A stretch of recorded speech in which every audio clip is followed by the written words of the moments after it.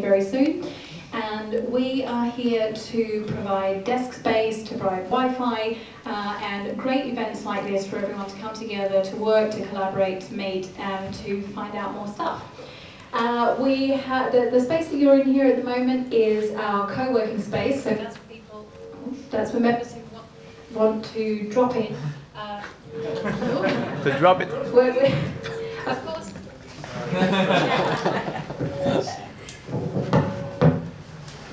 How's that? Yes? For now. Can you hear me all right? Yes, obviously being a technology centre, the technology will have some issues because I'm doing it in front of people. So the space that you're in right now is our co-working space. That's for members who want somewhere to drop in, to base when they're in London if they're not based in London, co-work sometimes if they're based somewhere else, or get together, have meetings, meet other people, what have you. And that membership option is £300 a year and then £10 a day when you come in. And behind me is our permanent desk space. That's for people who want a permanent base here. That's your office, it's your stuff. You can leave it there, you get keys, you can come 24/7, and that is the fantastic rate for London, over £275 a month. So if you'd like more information about that, you can have a look on our website at TechHub.com, or find me at some point this evening and we can have a chat more about it. We also obviously run a really great range of events like this one tonight that are available to members and are available to non-members. And apparently the recycling gets picked up at exactly this time. Members usually get half-price events or free events like they did tonight. So it's definitely worthwhile becoming a member if you plan to come to a lot of events. So, everyone checking on Foursquare, if you want to check in on Foursquare, if you need the Wi-Fi access code, it's up on the wall here. Tonight's hashtag, we have two, is TechHub Friday and also Lean Startup, obviously in order of Eric. So that leads me to our guest speaker this evening. Eric Ries, I'm sure you all know, otherwise you probably wouldn't be here. Is the creator of the Lean Startup methodology and the author of the popular entrepreneurship blog Startup Lessons Learned. So we have the URL up here, startuplessonslearned.com. Please do check it out, it's an amazing blog. He previously co-founded and served as Chief Technology Officer of IMVU, and in 2007 Business Week named him as one of the best young entrepreneurs in tech. He was honoured in 2009 with the Tech Fellow Award in the category of Engineering Leadership and serves on the advisory board for a load of technology startups. He's the co-author of several books, including The Black Art of Java Game Programming, which I think is a great title. I hope we'll hear more about that. And does about 1 billion other fantastic things as well. Tonight he's here to talk to you about his insights about the Lean Startup, and without further ado, I will hand over to Eric Ries.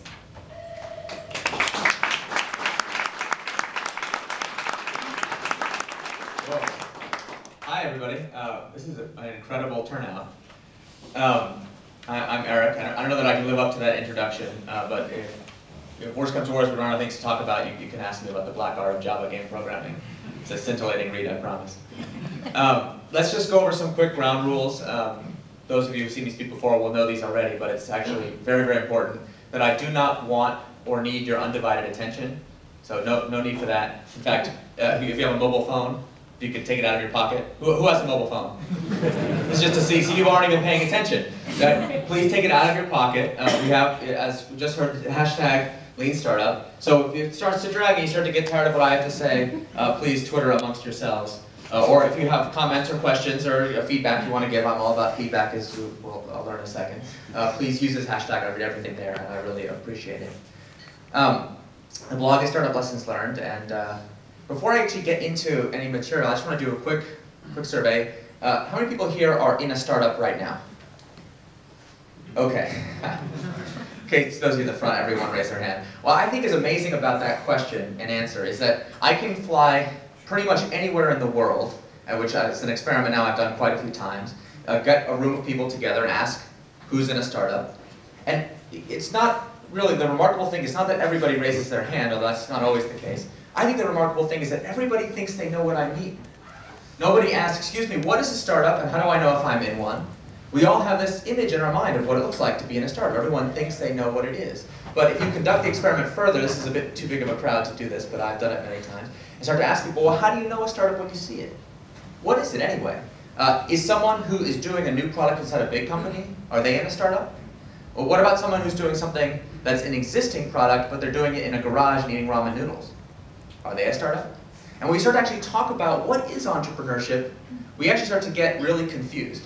And I think that is a big part of the reason why so much of the entrepreneurial advice that we all consume from talking heads and experts, like me, a lot of it actually causes us to run around in circles. And so we're going to see if we can do something about that tonight. So I would really prefer this to be a conversation than just me talking and you listening. So please feel free to interrupt with questions or comments, and we'll all try to leave as much time as possible for Q&A at the end. So if we're going to kind of clear up the confusion about entrepreneurship, we should start with a definition, right? This is like good talking head 101. What is a startup? I've got you well prepared. Here's my definition. A human institution designed to create something new under conditions of extreme uncertainty. So not the most exciting definition in the world, nothing earth-shattering, except that it doesn't actually include any of the criteria that we normally associate with the kind of like heroic myth-making of entrepreneurship. Like, it doesn't say whether you live in a garage or not. It doesn't matter what industry you're in. It doesn't matter even what sector of the economy you're in. To me, what matters is, are we trying to do something new, and do we actually know what we don't know? If the answer is no, then the answer is actually yes, we are in a startup. With me so far? See, that's just a fancy circular way of saying this. A startup is an experiment. Okay, that it is nothing more, nothing less than an experiment. But if you go back to the definition, not just an experiment in can a certain product be built, but really more on the question of should a certain product be built. And not just should it be built, but can we build a sustainable organization around a series of services and products? So entrepreneurship is actually institution building, not just product development. And that's the first and most pervasive confusion I see everywhere. And I've talked to entrepreneurs in many, many countries. We seem to share this same idea that kind of a startup is something cool you do in jeans and in a garage. But like we get kind of hazy on what happens after that. We're pretty clear on the end state, which is we're on the cover of magazines and people make movies about us. By the way, this is not the special private screening of Social Network, so whoever decided to come to this instead of that, thank you, I appreciate that.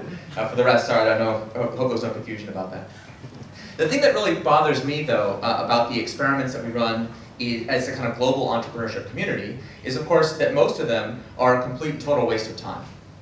This is a really sad part about entrepreneurship as it is practiced today. And my mission that I have been on these past few years, talking about the Lean Startup, is to ask all of you to stop wasting people's time. Here's what I mean.